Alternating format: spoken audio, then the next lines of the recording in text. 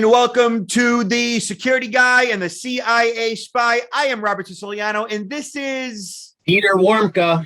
Hey, Peter, how you doing today? I'm doing pretty good, Robert. It's Monday for me, so it's another week ahead of us. It's good to be working. You mentioned working. It's good to be working. Business is beginning to come back. I think that lots of planners who plan events, meeting planners, are still a little skittish. But the good news is things seem to be getting better for the moment. That could change anytime soon. But, here we are in the midst of a pandemic. But good news is on the horizon. I agree with you. I'm down here in Orlando, of course, and there's been a few events that have been canceled. Some of them have gone fully virtual, but there's a number of events that are doing hybrids, both in person as well as virtual events. So not too many things are being canceled right now, fortunately. Yeah. So today we are discussing social media, right? And what we're discussing specifically is mental health revolving around social media. And of course, the security or insecurity and privacy of social media as well. We both of us, with backgrounds in security, certainly speak to security and privacy, but digital literacy is a big part of that message that we provide. And without understanding digital literacy, it's almost impossible to take control of your security and your privacy. And when it comes to the mental health revolving around your social, that is a topic that really is near and dear to me, being a dad. And also the fact that I present a number of programs that revolve around social media security and online reputation management. All of that really does go hand in hand with the mental health aspects of social media too. And when you have a 12-year-old and a 15-year-old that have access to these various social media sites, it's important as a parent to know what my responsibilities are to protect them from not just predators, but also from, others out there that could bully them and, cause problems in my own home with my children. That's a real thing. So Peter, what are your cares and concerns regarding social media and mental health? Well, I think social media, first of all, is a fascinating topic. I mean, think about it. It's only been around, it hasn't been for us. It really hasn't been around that long, since the mid 80s that it really started evolving. For us, it was a different world. We have different points of view, different perspectives than young people that have grown up in this generation of knowing nothing other than social media. It's a great resource, a great tool for us in business to promoting ourselves and reaching a larger audience. But just as it's a tool, it also presents a lot of vulnerabilities. It can be very dangerous. And I think a lot more attention needs to be focused on the mental health issue. It's starting to gather a little bit of traction, but think about it. Mental health in general is a crisis in this country. Yeah. And there is not enough focus on mental health. And so this is one more aspect of it, and It needs to be addressed. It really does. I've seen studies that show as many as 1 out of 4 college age students are taking some form of anxiety medicine, right? 1 out of 4. And that means, 1 out of 4 have been diagnosed with mental health issues at a minimum. I've seen studies also show that as much as 50% of all people suffer some form of mental health issue. And what I'm about to say is kind of a joke, but it's a little politically incorrect. But think about half the people that right? If you think about half the people wouldn't it make sense that half of them, I'm sorry, think about all the people that wouldn't it make sense that half of them are crazy, right? Yeah, in some regard, right? Your definition of crazy, but yeah, yeah. It's a real thing. And so when it comes to social and the comparing of yourself to others and self-esteem issues and the amount of vitriol, like all of that can really negatively affect you in a lot of different ways. So right here is an article that was put out by McLean Hospital, right? Which, McLean is in the Boston area, and I'm not sure if they're anywhere else. McLean Harvard Medical School affiliate. The social dilemma, how social media and your mental health, how it affects your mental health. Like it or not, using social media can cause anxiety, depression, and other health challenges. How can you change your habits? So I'm going to read a couple paragraphs from this, Peter, and then we'll comment on it. The social media platform Instagram made headlines for suppressing likes in an effort to curb comparisons and hurt feelings associated with attaching popularity to sharing content. But do these efforts combat mental health issues, or are they simply applying a Band-Aid to a wound? Right. So a doctor had said it's a small step in the right direction.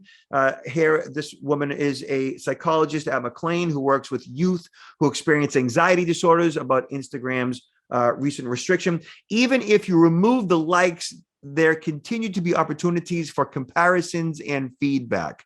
People still compare themselves to others, and people still can post comments. So, when you hear about people comparing themselves to others, I mean, that is a totally normal thing, especially, kids doing it with other kids. One girl looks at another girl and, looks at her hair and how she's dressed. And that's a perfectly normal thing. And you say, well, that comparison can affect a person's self-esteem. Sure. And then you might also say in response, well, just kind of toughen it up a little bit, grow up, get some thicker skin and deal with it. Like that's just part of growing up. It's part of youth. It's part of being adult. And after a while, it's not that big of a deal. And I am not all about coddling people to the certain point where we bubble wrap them in such a way where, we don't want them to feel bad, right? But apparently it's bigger than that, okay? Because the way these platforms are set up, there is, the risks for the reward. So social media has a reinforcing nature. Using it activates the brain's reward center by releasing dopamine, which is a feel-good chemical linked to pleasurable activities such as sex, food, and social interaction. The platforms are designed to be addictive and are associated with anxiety, depression, and even physical ailments. So it's kind of like a slot machine that that when you put money in, that there's an opportunity to get paid. And the whole thing, as you play with it, is designed specifically so you keep playing with it. It affects your dopamine. Like it serves a certain point. And the people who create the technology are doing it so that you'll continue to show up and you continue to look for the likes. The same way various games are played online, and of course, slot machines. So according to the Pew Research Center, 69% of adults and 81% of teens use social media, and it puts a large part of the population at an increased risk of feeling anxious, depressed, or ill over social media use. So what it's saying is that like they know this, and it's being done purposefully, and they're doing it at the expense of people's mental health. Peter. And it's affecting more the younger population. I mean, just think about ourselves, Robert. I'm sure you're on social media a lot to promote your business. And so we're getting feedback when we post something, right? If people are liking it, people are making comments about it. And but for us, it's a little bit different. We say, okay, people like our message or they're interested in what we have to talk about. We don't necessarily internalize it as building up our own self-esteem. I don't need social media to build up my self-esteem. I could care less. And I'm sure you feel the same. And most people in our generation are like that. But the young individuals, youth, they have not built up their self-esteem prior to becoming, using social media. And so it's become part of their self-esteem, whether, in positive ways or very negative ways. And that's where a lot of the vulnerabilities happen for them, unfortunately. Yeah. They don't have enough life experience, like you said, to build up that self-esteem to get to a point where what they're seeing and liking and sharing and what they're consuming is affecting them in such a way where it makes sense that it would give them anxiety. It makes sense that it could be potentially harmful and hurtful and cause sleeplessness and, comparing yourselves with others at such an extremity, at such an extreme rate. because it's just such a vast platform, all of them. And I actually don't allow my kids to engage in this way. Like, they don't have these accounts. Like, they're not on these platforms for that one reason. And I have good, balanced, happy kids that aren't experiencing any of the misery that I know a lot of kids and their parents are going through. Now, I've seen your children are younger. Mine are more expand, the mid 30s, low 30s, and upper 20s. And I've seen a difference in the three children as far as the youngest one has been more impacted. Both she and, her friends and, her cousins, all the kind of the same generation or a part of that generation, right? That has been more invested in social media these days. And it's definitely, I mean, it's close to home. I can definitely see it, how it's impacting young people. And it's interesting. The articles mention that it tends to impact more young women than young men. So McClains goes on to say, but what makes users come back for more even when it can literally make them feel sick? So the PhD said, when the outcome is unpredictable, the behavior is more likely to repeat. Think of a slot machine. Oh, so she's even bringing that up. If game players knew they were never going to get money for playing the game, they never would play it. Obviously, the idea of a potential future reward keeps the machine in use. The same goes for social media sites. One does not know how many likes a picture will get, who will like the picture, and when the picture will receive the likes. The unknown outcome and the possibility of a desired outcome can keep users engaged with the site. So that makes the physics of that make perfect sense. To boost self-esteem and feel a sense of belonging in their social circles, people post content with the hope of receiving positive feedback. Couple that with content with the structure of potential future reward, and you get a recipe for constantly checking the platform. Well, there you go. Like an addiction. Robert, do you think it's an addiction? Is it like other things that can be addictive, well, alcohol, drugs? This particular article right here says, social media is a public, this is from via USA Today, or usnews.com, actually. Social media is a public health crisis. Let's treat it like one. It's time to take old approaches to treat a new threat of addiction. So there you go. Let me see what this says. It says researchers have noted a rise in depression among young people since about 2012, with the use of social media among teens and their amount of time spent online increasing in close proximity. And I've seen numerous statistics revolving around teen suicide, and that teen suicide has just risen dramatically over the past, 8 to 10 years. And I've seen some studies that point the finger at social media as a potential cause of that. I don't know if there has actually been a study that has said beyond a shadow of a doubt the rise in suicide is directly related to social media, but I've seen studies that say there is a correlation, a definite correlation, and that would make perfect sense to me. Yeah, I likewise, I've not seen such a study, but I think there definitely is a correlation, strong correlation. All it says, it goes on to say that all this points to is how our social media usage has become a public health crisis. They went on to say that I believe we need to start treating these platforms like we do cigarettes and alcohol. Just like you said, Peter, that means implementing warning labels and age restrictions and conducting better research into the health effects of long-term usage. And they also say that just last week, President Joe Biden said the rampant misinformation on Facebook related to COVID-19 is literally killing people. Wow. But think about it. I see this as very, very, very difficult. There's no economic interest in actually doing that, right? I mean, if you want to see leaders from the business community, that's not going to happen. I think it really has to come from health professionals with the strong backing. I mean, the government really has to take the leadership on that, and I just don't know. I mean, I'm apprehensive, but it's needed. But I just don't think this is going to be addressed in a timely manner. Yeah, I don't think it's going to be addressed in such a way where they'll actually work towards fixing the problem. And I think it's also part of the axiom, the cat's out of the bag, horses out of the barn. Like, what could you possibly do at this point other than warning labels? People are just so invested in their platforms and connected, locally and regionally and worldwide. And we have just developed such a habit at this point, such a connection to these platforms. I don't think that there's any real turning back. And then, each platform that becomes the current fad, we've gone from MySpace and then to Facebook and then to a number of other social media platforms that have come and gone. And then obviously to Snapchat and TikTok. And, it just keeps snowballing into one platform after the other. And it's just a new addiction. Yeah, going back to your earlier point, though, I think the one thing that we can all do, we must do, is look at how our children's use of social media, because that's when they're young and that age, the formative years, that's where the parents can have the biggest impact.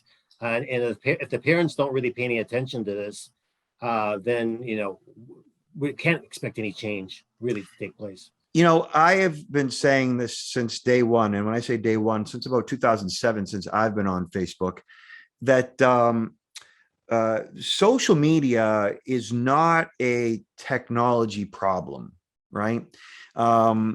It is a parenting problem, right? So if parents are more involved in their kids' digital lives, and they understand the implications of all this screen time and all this interaction, both positive in some cases, but lots of negative interaction, that they would have a tighter control over their kids' digital lives. And I don't see any parents really in the scheme of things that are really doing enough to prevent their children from becoming addicted, negatively affecting their self-esteem and really, their overall mental health. I will say that in my kids' school, which is a private school, that they do have a teacher that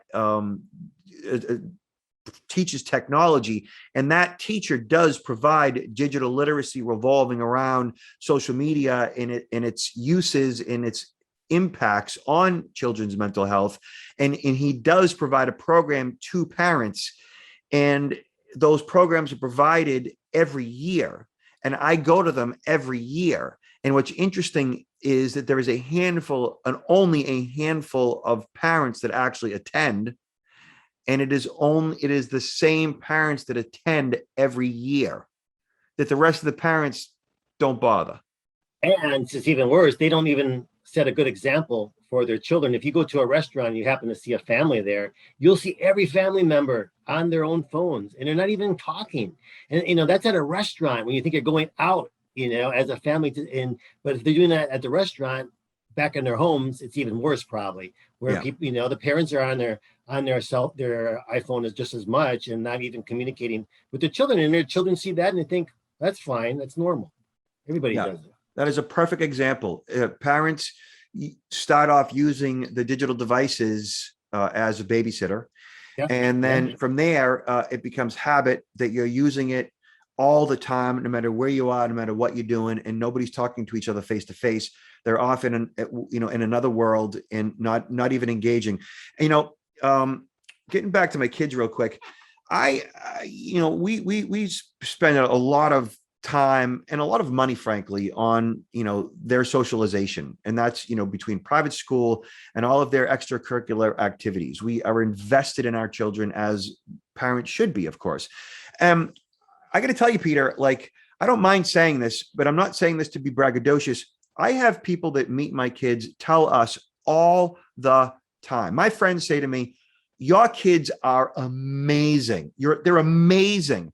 And then they tell me why. They say, when they talk to you, like, they look you in the eye and they engage you. And like, when you communicate them, it's like talking to another full-blown adult. And it's like they're just so interested and interesting. And like, they're just such a pleasure to communicate with. And I say to them, my kids are not amazing. They're nothing special. They really aren't. They're normal. That's how kids are supposed to be. Like what other adults are experiencing mostly is kids that are disconnected. They're not looking them in the eye. They're just waiting for the adult to stop talking so they can look at their phone.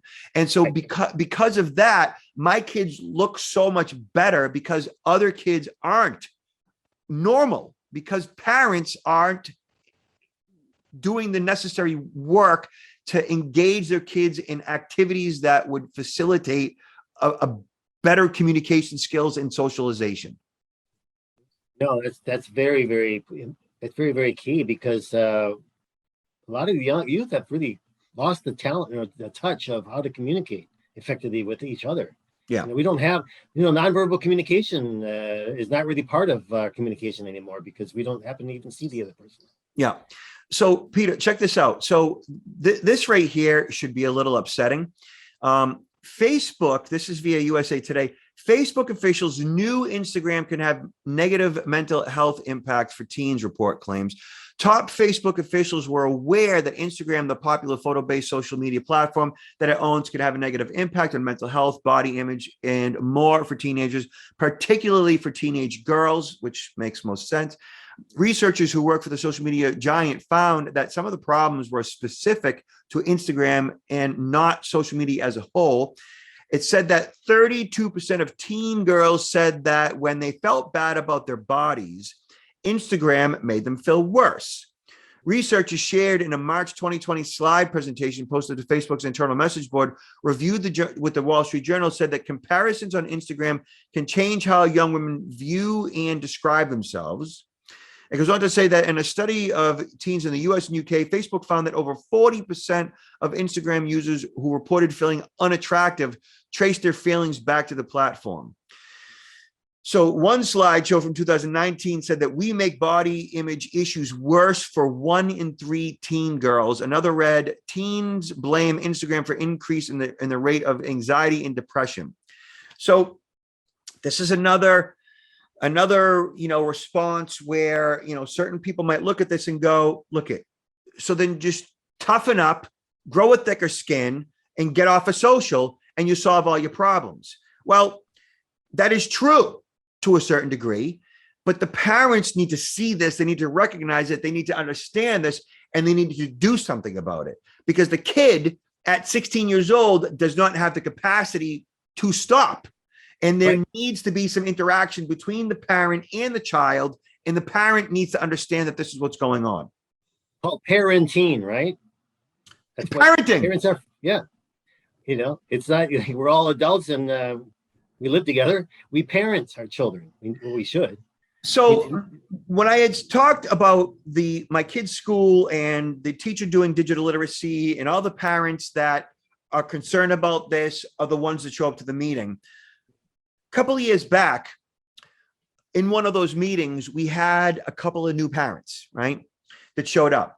And one of those parents shared a story that I found very interesting, and I tell in my own programs, that their daughter, they got her a phone in 7th grade, and that shortly afterwards, she would disappear into her bedroom after 6, 7 o'clock at night after dinner, and they wouldn't see her really until it was time for bed and or the next morning. And that continued for months and months and months. And they thought she was in there doing homework, that everything was this, that, and the other thing. And then her grades started to slip. Okay. And then the mother started to pay attention to her daughter's phone. And then she started to see that her daughter was on this chain, a text chain of all of these girls, like 40, 50 girls, just bullying each other, cutting each other up and down, like really just being mean to each other. And the mother realized what was going on with her daughter, why her grades were slipping, why she'd eventually come out of her bedroom over and over again crying. And this is the mother telling the story. And so when she picked up the phone and saw what was going on, she's like, you are done with this phone, like just enough. And the daughter physically threw herself on the floor. My life is over. I hate you. You're the worst parents, right? And then a week later, the daughter comes back to the mother and says, Mom, thank you for taking my phone away. Like she says to her mom, I didn't realize how deep in it I was. Like, she's like, I feel like the weight of the world has been lifted off my shoulders. I thank you. Like, I don't want that phone back. I don't want to be on social again. I don't want to be engaged in that type of communication ever again. Like, her daughter came back to her. Like, the kid appreciated it. And I don't think it was a digital detox, right? Yeah. Yeah. And if every parent heard this story and recognized that in their own kid and did something about it now, I think your kids would be grateful. I agree with you. Unfortunately, mental health is not the only issue that we need to be concerned about when it comes to social media. It's also, we've lost control of our privacy, really. And think about what can be utilized, how that information on social media really makes us vulnerable, unfortunately. Yeah, no question about it. So, Peter, we've kind of thrown up all over social media, right? Now, what do you do? So, as a parent, what are your options? As an adult, what are your options? Even in your own personal life, you might be on the single scene, you could be married, whatever the case is, where you are, kids, no kids.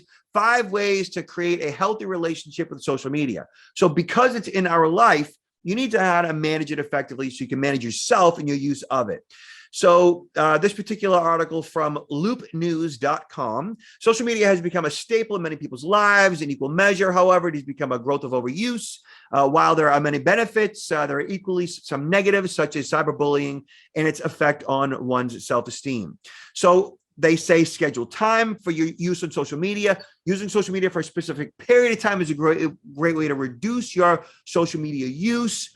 Check in with yourself before you open up an app. What that means is a lot of social media users use it mindlessly, and they often open and they scroll sometimes without even noticing that they did it. One of the best ways to curb this is by checking in with yourself when you notice yourself opening up the app. So like before you say get behind the wheel of a car, you put your seatbelt on, you check out your surroundings, and you consciously okay, I am driving. Well, same thing with use of social media. Before you launch the app, I am about to launch an app in social media. If I find myself an hour from now still doing this, I've just wasted an hour of my life, right? Mm-hmm. Absolutely. Okay. And then think before you post. This is a big one. Similarly, you should think about and ask yourself why you're posting on your pages beforehand. This is just another step to ensure that you are mindfully, thoughtfully using social media rather than letting it consume you. I have been saying my entire life, most people are just not that well thought out. And when it comes to social media, OMG. I mean, what people post and how they react to other people's posts and what they say and how they're damaging their own reputations and that of their employer and their family. It's like, are you kidding me? Definitely don't think about it beforehand.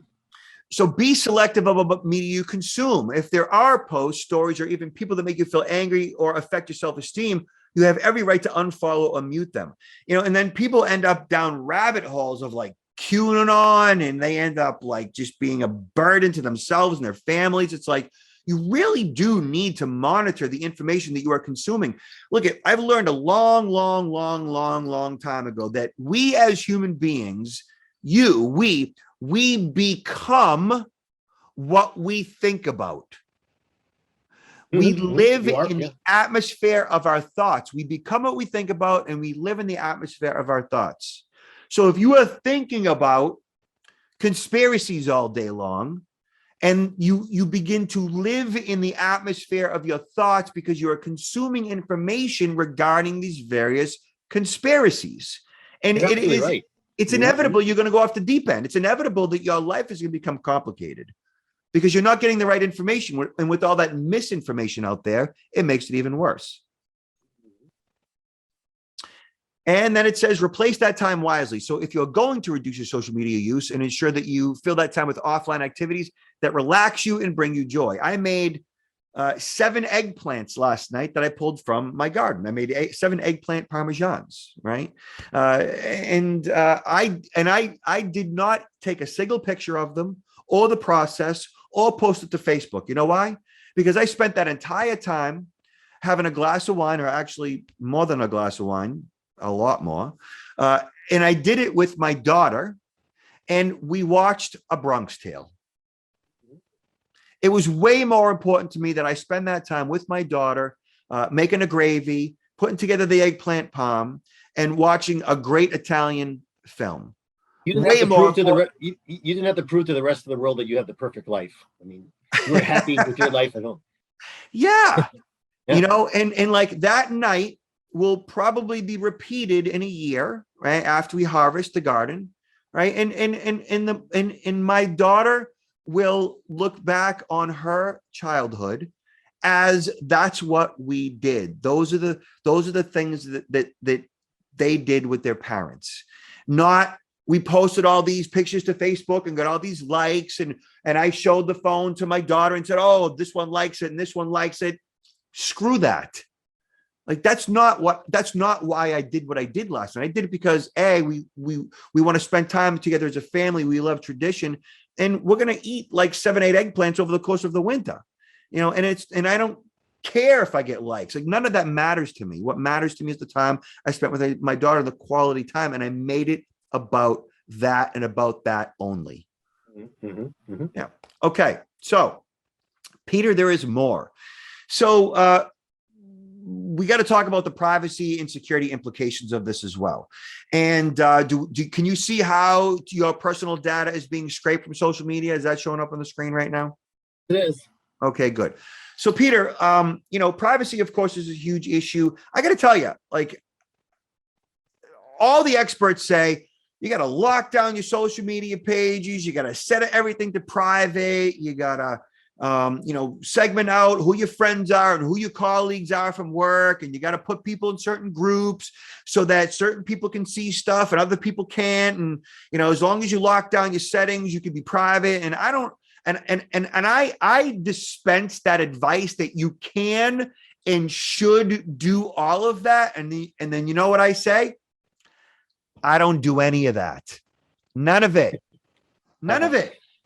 Not a single. I mean, you can do it, but for most people though, it's too late, and that's not going to protect you 100% because there's still plenty of other information out there. It's kind of like, how do you look at the world that approaches you? Because that's really the danger. If this information is being utilized, it's being used for a purpose to reach out to you in some capacity, whether it's trying to sell you a product or trying to scam you, right? Yeah. And if you think that setting your pages to private is really going to keep people out, you're delusional, because anybody can screenshot anything on your pages and they can share it amongst anyone. So there really is no privacy in social media. No, and so my strategy has always been, and partly due to the fact that I am also considered what might be a public figure, I've done 700 TV shows plus, and I constantly do podcasts and radio and all that stuff. And so I really am, out there in the public. And so whatever I post anyways, I thoughtfully put it out there, and I generally want everybody to see it anyways. Like if I want my friends and family to see it, I want my clients or my, those who follow me to see it as well. Like I am posting stuff that I think is of benefit to the world in general, revolving around all things personal security, information security, social media, online reputation management, active shooters, and all that stuff. Like I want people to see my stuff. So I'm not posting vacation pictures and the fact that I'm not home and stuff like that. Like I am cognizant of how the enemy can use what I post. So I think that if all people look like that, then they would be much more thoughtful as to what that means, and that they would be less likely to post stuff that could get them or their employer or their family in some type of hot water or trouble or put them at risk or be a privacy issue. So it's not so much the fact of the protecting your information from limiting who can actually see it on social media. It's more emphasis on what information you post at all on social media. What's important information that you want out there? What's information that really is not important and actually makes you more vulnerable in some capacity? Yeah, and they can use that information to gather intelligence on you and use it against you in some way, shape, or form, like Absolutely. Burglarize your house, right? So right here is an article from the BBC, how your personal data is being scraped from social media. And this article talks about how there's a guy, a hacker calling himself Tom Liner, scraped 700 million profiles from LinkedIn. So your name, your employer, your work history, your email address, potentially your phone number, and he's selling that for $5,000. So even if you do set all your stuff to private on Facebook, on LinkedIn, on Twitter, chances are someone's going to be able to figure out a backdoor access to it and use it in some way to manipulate you via some type of a social engineering scam, right? And you actually teach this, Peter. Absolutely. I see 700 million right now. I mean, so he pretty much got the entire, all the profiles, because right now there's 740, according to LinkedIn, 740 million profiles. He pretty much got the whole basket. So Peter, like when it's all said and done, everybody become more cognizant of what you're sharing and why you're sharing it and how it impacts others and how it impacts you and the time you're spending online. And parents, this is not a technology problem. It is a parenting problem. You need to be more engaged in your child's digital lives. And you as a parent need to set a better example regarding your use of your devices and of your social media, right? I Peter, agree with you. That's where we need to start. Mm-hmm. So what do you got going on, Peter? What do you want to plug? Well, I got a few presentations going forward. The GSX here in Orlando next week is one of the largest security conferences. I got the ISC Squared coming up in September. I got 2 TED Talks coming up in early October up in Alexandria and in Greensboro. And of course, I always plug my book, Confessions of a CIA Spy, The Art of Human Hacking. You are an impressive guy, Peter. And y'all can see me at protectnowllc.com. We should be rolling out our pre-recorded e-learning for our CSI protection certification designations. CSI is Cyber Social Identity and Personal Protection. You can actually have a CSI designation at the end of your name as a service professional, whether you're an attorney or a financial advisor or a real estate agent. This is for you to help and assist you protect the data in which you are entrusted with. So, Peter, last words. Careful how you navigate social media and pay attention to your children to see what they're doing as well. Thank you, Peter. And we will talk to you soon. Be safe, be good, behave, and be careful out there. Talk to you soon. Next time.